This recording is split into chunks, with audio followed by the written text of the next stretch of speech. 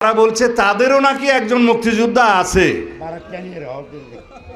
একজন মুক্তিযোদ্ধাকে তাদের জোটে যোগদান করিয়েছে এবং অন্য কথায় বলতে গেলে ভাড়া নিয়েছে বলে তারা সাইনবোর্ড দেখাচ্ছে তাদেরও একটা মুক্তিযোদ্ধা দল আছে, মুক্তিযোদ্ধা আছে, এবং সেই মুক্তিযুদ্ধকে তারা বাংলাদেশের স্বাধীনতার ঘোষকও বানাচ্ছে। এদেশের মুক্তিযোদ্ধারা সেটা অবশ্যই মেনে নেবে না এবং তারা প্রতিবাদ জানাবে আমি বিশ্বাস করি। এদেশের সকল জনগণ, দেশপ্রেমিক যারা স্বাধীনতার পক্ষের শক্তি, তারা প্রতিবাদ জানাবে আমরা জানি।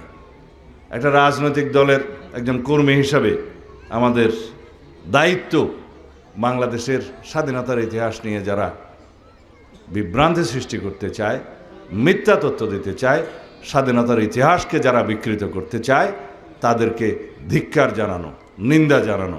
আমি খুব শালীন ভাষায় সেই নিন্দাটা জানালাম, তীব্র প্রতিবাদও জানালাম দলের পক্ষ থেকে।